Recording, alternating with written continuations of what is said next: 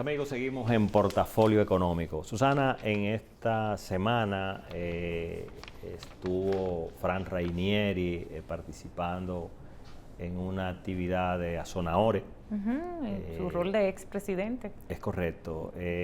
Fíjate que aquí en este encuentro de la Asociación de Restaurantes y Hoteles... Hoteles, bares y restaurantes. Sí, se estuvo discutiendo el tema de los incentivos al sector turístico. Y fíjate que, y a propósito de todas estas discusiones que se han estado dando sobre el tema de los incentivos, de si son... que si van o si no van, si van a estar en la reforma, si serán eliminados de la reforma. Es correcto. Entonces mira algo importante. Cuando vemos un exponente del calibre de don Fran Rainieri y se plantea que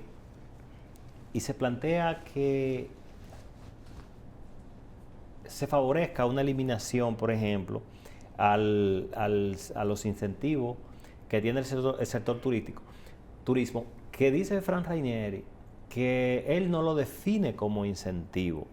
Y yo te diría que la visión que tiene Fran Rainieri sobre este tema es correcta, porque fíjate que qué es lo que pasa con el sector turismo, y como él mismo lo define, el sector turismo es un sector de competencia global, de competencia local e internacional. Es correcto. Entonces, cuando se plantean, por ejemplo, que yo diría que más que incentivo, son condiciones competitivas como la define Rainieri.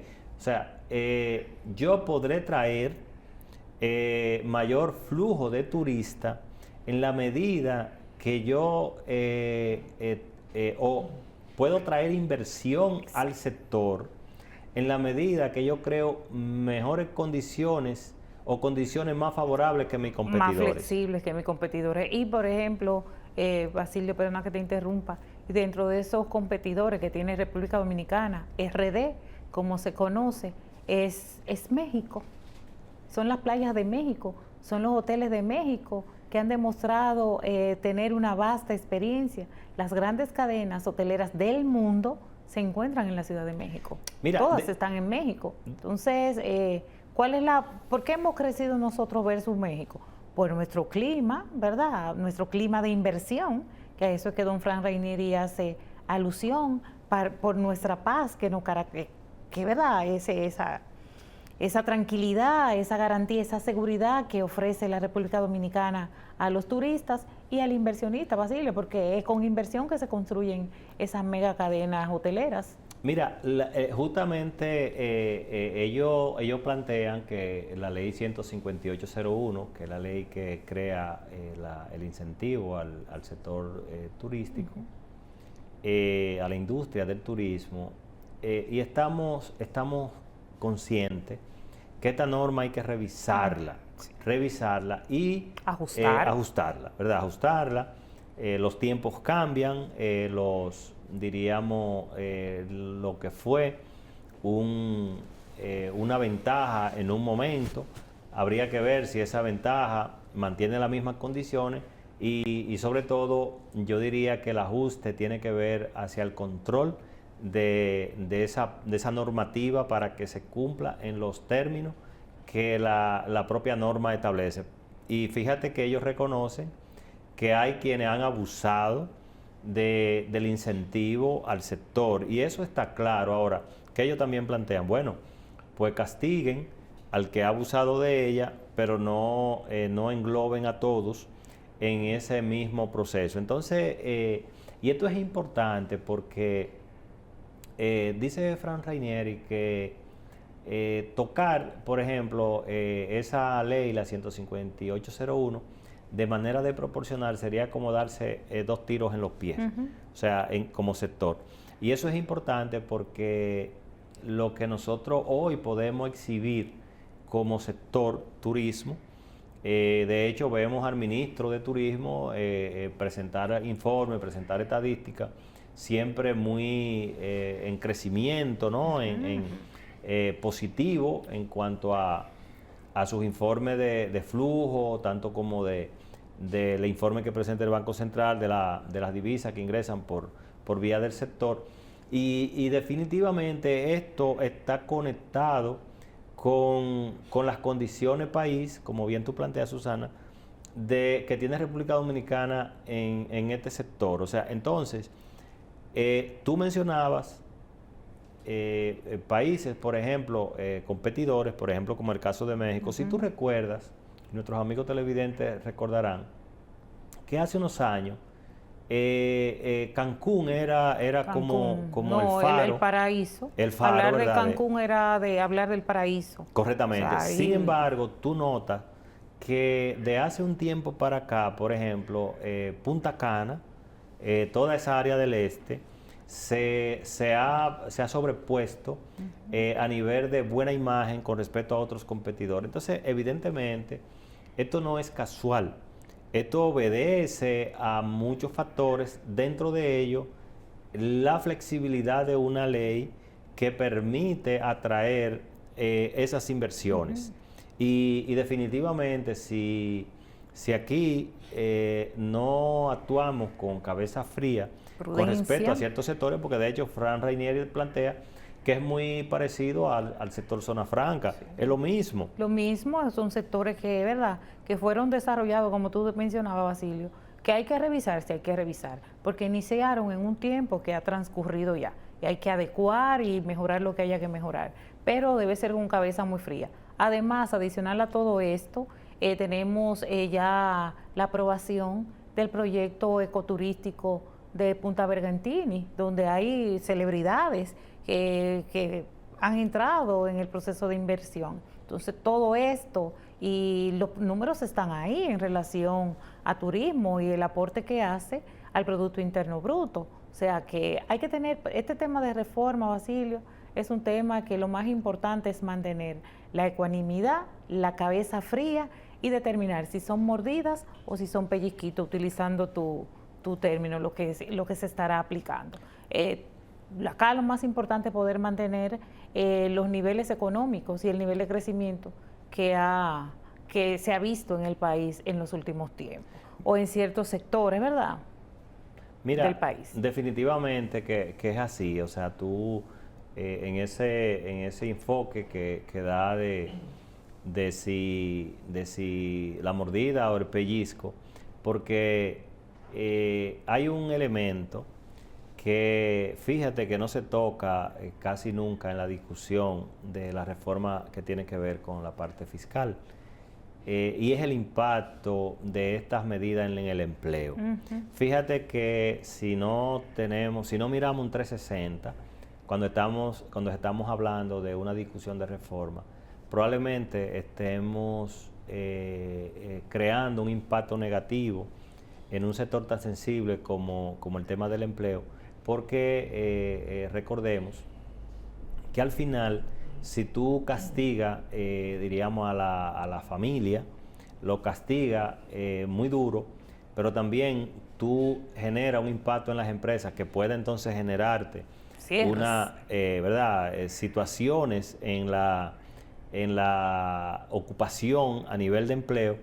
Entonces tú pudieras como gobierno tener una presión innecesaria porque no se supo balancear las medidas, tanto porque fíjate que muchas veces se han planteado, por ejemplo, reformas de focalizar en sectores, y tú dejas a la clase, diríamos, de menos ingresos, lo dejas tranquilo. Pero cuando tú tocas una reforma que tiene que ver con ITEVIS, que tiene que ver con incentivos, que tiene que ver con subsidios, que tiene que ver con el impuesto sobre la renta, entonces ahí tú estás haciendo un 360.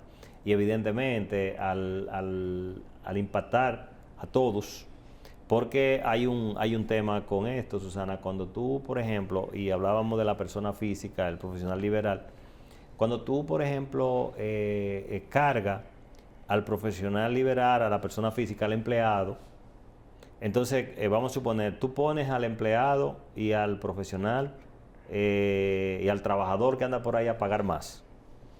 Pero por el otro lado, entonces tú le aumentas el ITEVIS. Fíjate que tú lo estás acorralando porque le está disminuyendo su capacidad de este lado, sin embargo, le está disminuyendo su capacidad en el ingreso directo. Pero entonces también le está disminuyendo su capacidad en el ingreso indirecto, o sea que es que está pagando impuestos por cada uno de los bienes o servicios. Y sin embargo, fíjate, hay que ver qué va a pasar. Porque cuando se habla de disminuir, de eliminar incentivos, vamos a suponer, ahí está el incentivo a los combustibles. Fíjate que si está hablando de eliminar, entonces te va a dejar flotar el tema de los combustibles, que ese es otro tema que no se puede quedar sin discusión, que es esa ley de ajuste de precio a los combustibles. Los hidrocarburos. O sea, hidrocarburos. Cuando se plantee la reforma, entonces esa tiene que venir, porque eso hay que resolverlo, porque nadie va a aguantar eso. O sea, si hay un incremento en las recaudaciones por un sacrificio, por ejemplo, que nosotros estamos haciendo de manera directa, pero también se deja eso así, esa ley de hidrocarburos tal cual, entonces fíjate que comienza una espiral por ese lado, o sea, un sangrado por ese lado para las personas... La clase media, la clase baja, todo el que tiene que llegar a su trabajo mediante un transporte colectivo, un transporte público. Y mira que tú mencionas el sector transporte, entonces evidentemente ahí vienen... Pero también viene la carga y descarga de mercancías. Y los aumentos de precio al pasaje, porque si te fijas, por ejemplo, y ahí hay que reconocer esa disposición del presidente Luis Abinader con frizar los precios de los combustibles. Pero ¿hasta cuándo podrá? Ya tenemos un año, prácticamente tenemos un año. Pero eso le ha permitido calmar esos anuncios mensuales de aumento de precios semanales. del sector transporte. Sí, del sector transporte, sí. Porque y al pueblo esa presión de... Claro, mira, si tú analizas, y nuestros amigos, por ejemplo, televidentes, podrán notar lo que voy a comentar, tú no recuerdas ya la última vez que te levantaste y para ir a tu trabajo y no había transporte porque había una huelga. Fíjate. No, yo no lo recuerdo. Exacto, porque desde ese momento que el presidente Abinader implementó frizar el tema de los precios, ya no hay justificación para que cuando tú te levantas para ir a tu trabajo y sales, por ejemplo, a la San Vicente de Paúl, ahí te encuentras que no hay carrito para ni guagua porque están parados. Lincoln, sí. Porque están en un... O a las 6 de la tarde que no hay transporte para la gente llegar a su casa. La gente, el pueblo, a las 10 de la noche esperando un vehículo. Salvo los aguaceros de noviembre, pues ya el pueblo nos recuerda ese trago tan amargo que eran esas huelgas de transporte. Correcto. Ahora, hay un tema, Susana, y es cuánto le cuesta al gobierno mantener a esos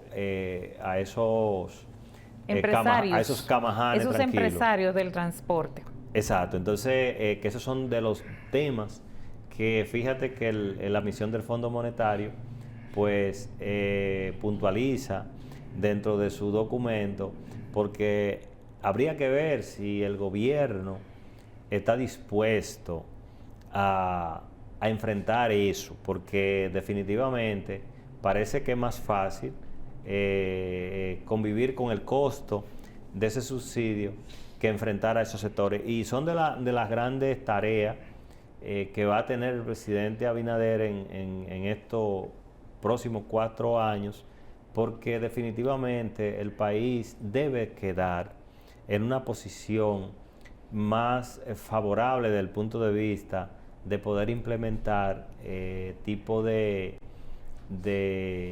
diríamos, de decisiones a nivel de aplicar leyes que sean más eficientes. Por eso, y fíjate, que atraigan la inversión, Basilio, que continúen atrayendo la inversión sobre extranjera. Todo, que por eso fíjate que Azonahore utiliza este escenario donde reúne a figuras como Fran Rainieri para para discutir o conversar sobre esta realidad que tiene el sector ahora mismo, porque si no se pone sobre la mesa, cuando viene a ver, se están tomando decisiones que retocan al sector, y esto entonces pudiera ser muy dañino para poder seguir en este proceso, que hay que reconocer, Susana, que después de la pandemia, este sector ha venido con toda la fuerza, y claro, esto liderado por el propio, ¿verdad? Por el propio presidente Abinader, con su política muy clara y visionaria hacia el sector, y evidentemente los resultados están ahí. O sea, tenemos los números, hay una gran gestión del ministro David Collado, porque las cosas hay que decirlas como son. O sea, David Collado se ha entregado a hacer una gestión que realmente es una gestión que le da altura, le da brillo al ministerio. O sea, porque pocas veces hemos visto un ministerio de turismo enfocado en eso. O sea, fíjate que no, la gestión de David Collado no es una gestión de escritorio. O sea, la gestión de David Collado es una gestión de caminar, de atraer, tanto local como internacionalmente, caminar en el turismo, caminar en la inversión, donde están los eventos, donde están los encuentros de empresarios del sector, y mostrando lo que tenemos. Por eso tú hablabas de este nuevo proyecto ¿verdad? Que se va a desarrollar, se está desarrollando, y donde ya en otro momento han salido publicaciones y ¿verdad? De celebridades, donde ya han hecho acuerdos para invertir en República Dominicana.